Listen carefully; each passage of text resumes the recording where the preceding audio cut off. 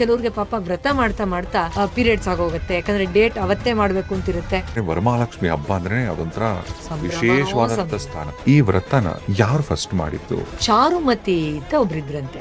ತುಂಬಾ ಒಳ್ಳೆ ರೀತಿಯಲ್ಲಿ ಜೀವನವನ್ನ ಸಾಗಿಸ್ಕೊಳ್ತಾ ಮಹಾಲಕ್ಷ್ಮಿ ಆರಾಧನೆ ಮಾಡ್ತಾ ಇದ್ರಂತೆ. ಆಕೆ ಕನಸಿನಲ್ಲಿ ಸಾಕ್ಷಾತ್ ಲಕ್ಷ್ಮಿಯೇ ಬಂದು, ಎದ್ದೇಳಮ್ಮ, ನಾನು ವರಮಹಾಲಕ್ಷ್ಮಿ ಬಂದಿದ್ದೇನೆ.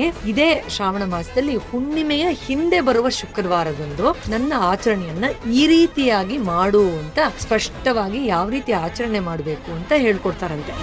ಗೊತ್ತೋ ಗೊತ್ತಿಲ್ಲ ಎಷ್ಟೋ ಮಿಸ್ಟೇಕ್ಸ್ ಮಾಡ್ತಿರ್ತಾರೆ ಪೂಜೆ ವಿಚಾರದಲ್ಲಿ, ವ್ರತ ವಿಚಾರದಲ್ಲಿ.